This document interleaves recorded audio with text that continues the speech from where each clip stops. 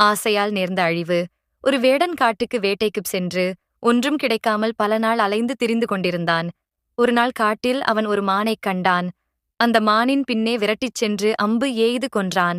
மானைத் தூக்கிக் கொண்டு தன் வீடு நோக்கி நடந்தான்.